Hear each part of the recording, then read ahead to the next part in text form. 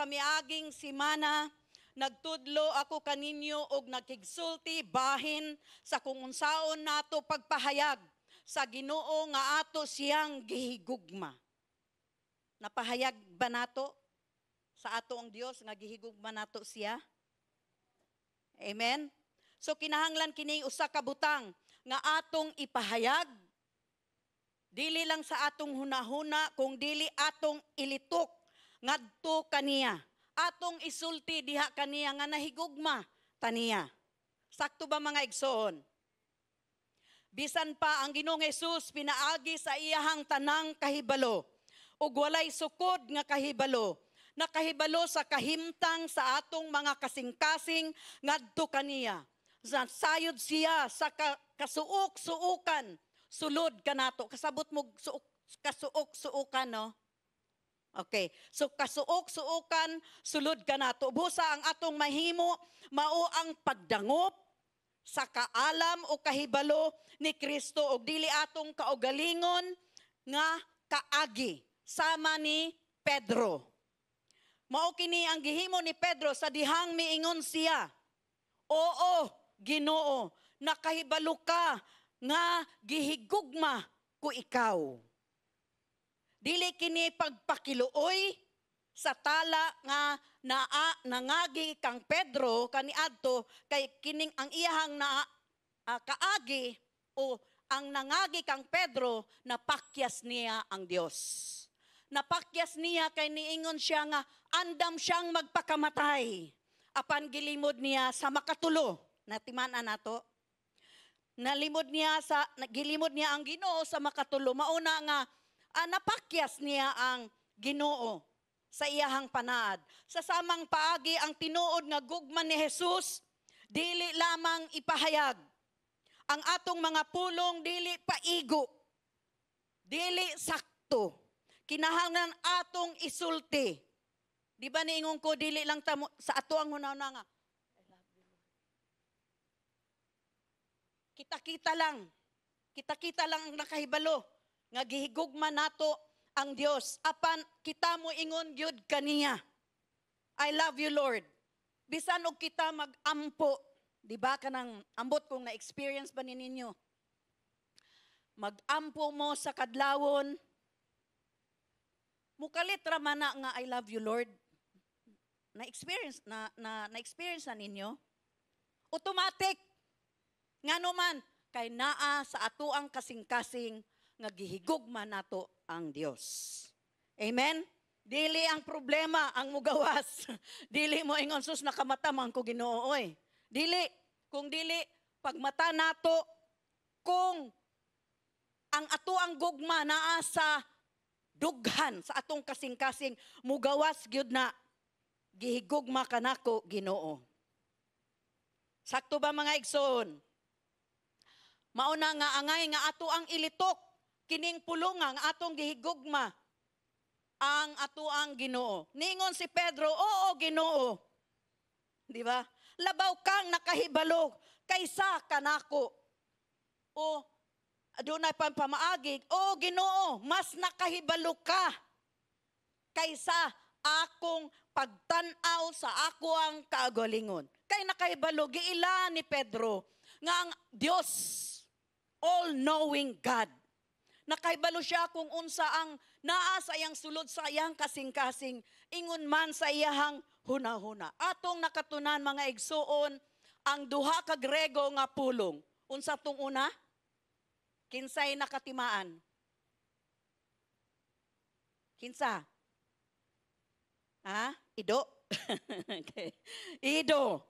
Okay, so Ido, una, nakatunta sa duha ka Grego nga pulong.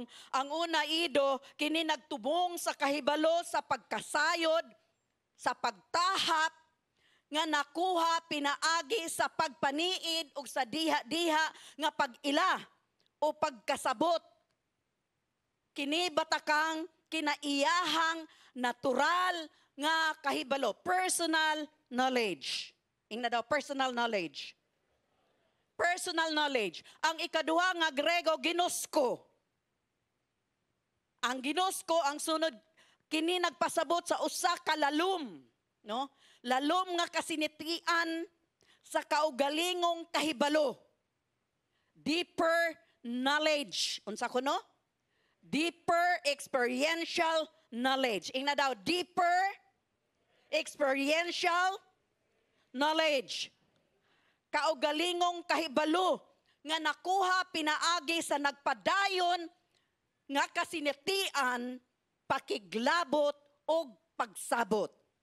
Mao kini ang bersikulo nga atong kinahanglan tan-awon karon. Sa ikaduhang Timoteo 2:9. Sa in-English lang ako ang basahon. Nevertheless, God's solid foundation. Unsa ko no? Lig-on nga patukuranan. Solid foundation stands firm, sealed with this inscription. The Lord knows. Unsa ko no? The Lord knows. Ginusko ido. Ginusko. Naa kay deeper experiential knowledge. Ginusko. The Lord knows those who are His. So unsa ang gisulti sa katapusang bahin mao sa mensahe nga mabati sa Ginoo iyang mahibal-an ang gugma nga pinasukad nga nagtubo nga suod nga relasyon uban kaniya. Matukod lamang ang atuang suod nga relasyon kung kita adlaw-adlaw nga makipag-uban sa Dios. Amen. Naagyoy tinuod nga lalom nga bugkos o hugpong tali sa Ginoo kanato alang sa niining butang. Atong pamatud-an mga igsoon, ang gugma alang kang Jesus pinaagi sa ato ang adlaw-adlaw. Unsa kuno? Sa usa ka semana kausa, binulan, tinuig.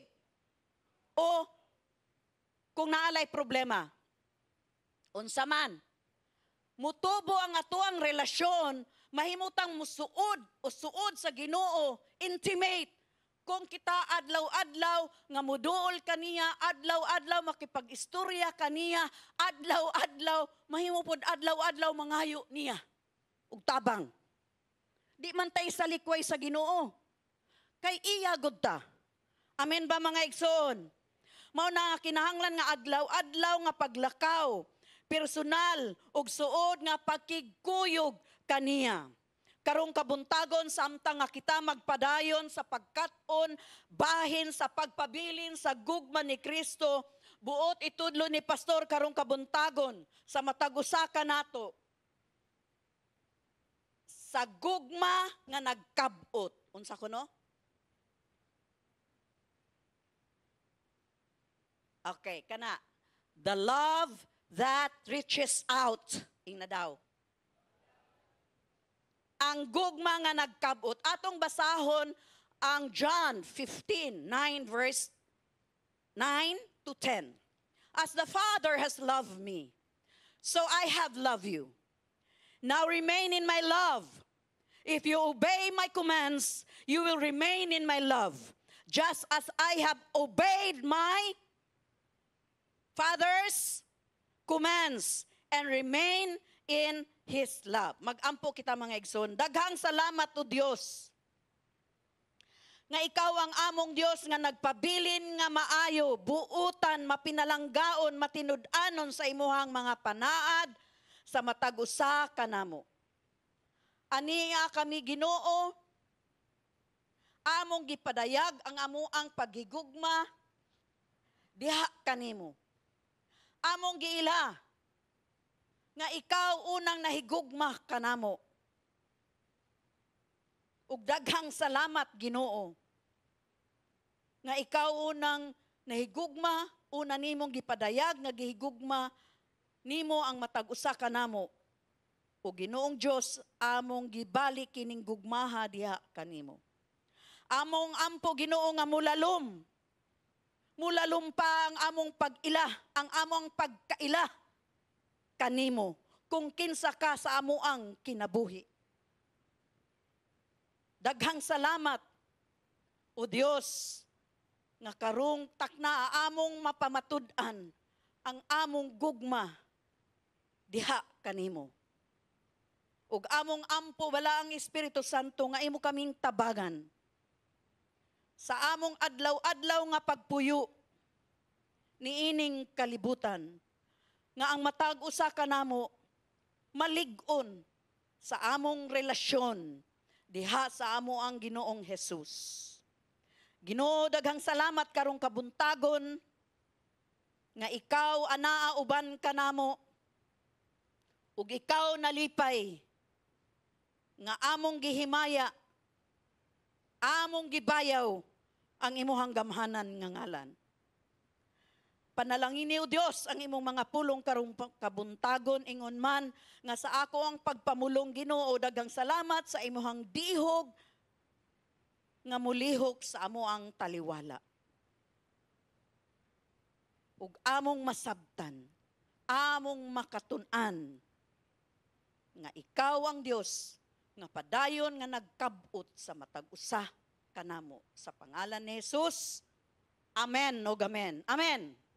Ang unang punto nga ato ang katunan karong kabuntagon, ang gugma ni Kristo usa ka gugma nga nagkabot sa tawo. Unsa kuno? Dungan-dungan ta.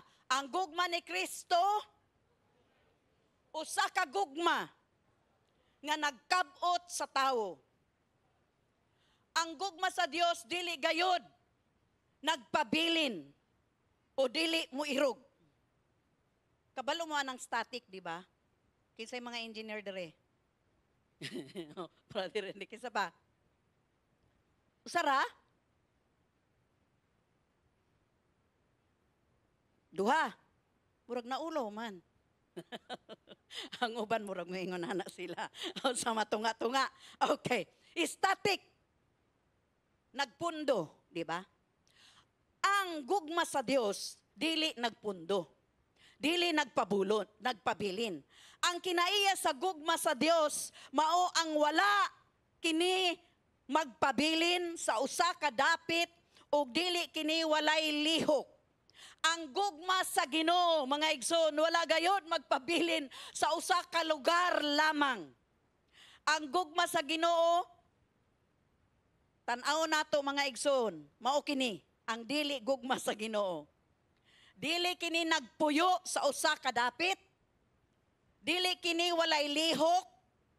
Dili kani nagpundo. Dili kani ingon nga matarog ug walay buhat. Pasabot dili mo lihok.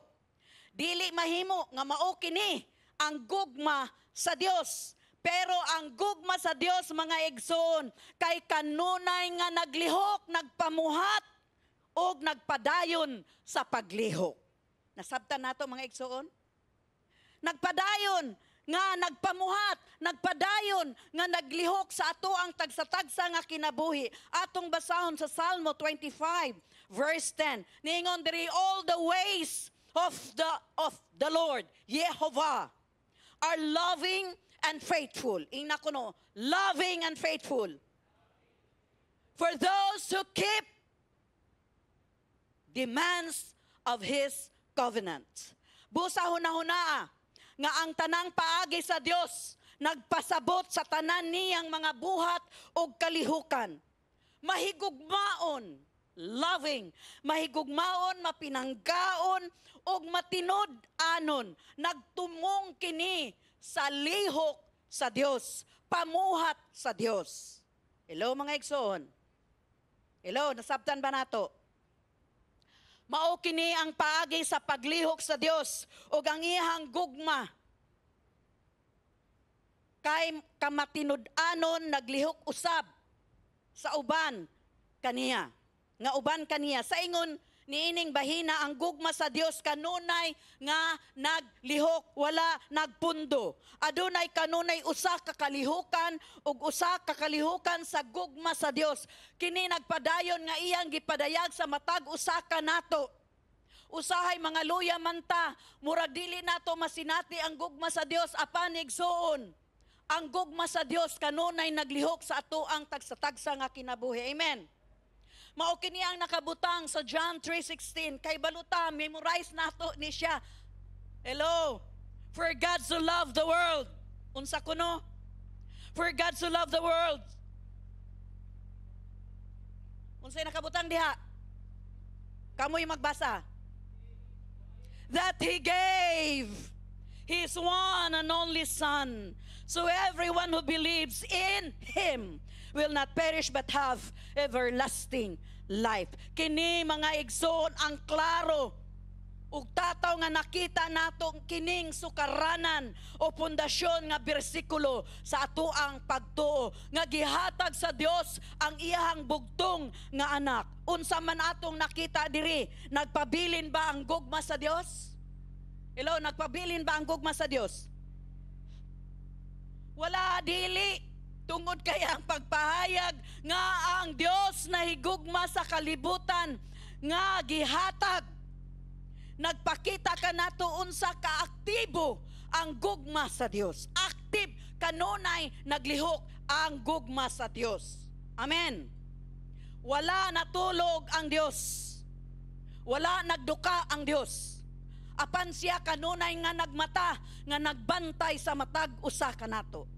Mao na ato ang ilhon sa ato ang kinabuhi nga ang Dios tungod kay aduna kitay lalom nga relasyon diha kaniya. Kanunay siyang nagbantay sa matag usa kanato mga igsoon. Naglihok man ta, nagmata man ta, nagtrabaho man ta, asa man ta, natulog man ta, kanunay nga ang mata sa Dios nakatutok sa matag usa kanato. Wala tahi kalimti sa Dios mga igsoon. Kanunay siyang naglihok ingon man nagpamuhat sa ato ang kinabuhi. Amen. Niining butanga ang gugma sa Dios kay usag yod ka nagkabot. Atong basahon ang mga lain pang pamilyar nga mga bersikulo o scriptures. Deuteronomy 5 verse 9 to 10. Ningon dire, you shall not bow down to them or worship them. For I, Yehovah, your God, I am a jealous God, punishing the children for the sin of the fathers to the third and fourth generation of those who hate me. Tanawa? Kinsa tong unsam nang hate sa Bisaya? Hate. Lagot? Ha? Nasilag. Nasilag. Dili. Unsa? Paki-Google be? Okay. Okay. Kadto daw nga those who hate him. Apan, naay apan diri. But showing love to 1,000 generations, ingna daw, generations, nilibo nga kaliwatan of those who love me and keep my commandments. Mga igsoon, atong tudluan ng ato ang mga anak nga di kahimutan nato ang Dios. Unsa daw? Kahimutan, dili kasilagan. Atong kahimutan, malipay sila sa ato ang Dios. Kay ngano man, ang panaad sa Dios up to the third and fourth generation. Wala na'y undang mga igsuon. Kung atong ipakita, atong sundon ang pulong sa Dios, adunay panalangin sa ato ang mga kaliwatan, nilibo nga mga kaliwatan. Dili lang magpabilin sa atong anak, apan sa atong apo, hangtod sa apo sa tuhod. Unya magsugod na pod sa first, second, third, and fourth. So, never ending ang panaad sa Dios sa kadtong mga katawhan nga nisunod sa iyahang mando. Hello mga igsoon. Hello. Nasabtan ba nato? Sa mga nagtanaw like kung nasabtan ninyo ing na amen, amen, amen. Tagda ang pulong nga nagpakita, no? Nagpakita na akini sa aktibong paagi. Adunay tin-aw nga lihok sa gugma sa Ginoo nga atong makita diri.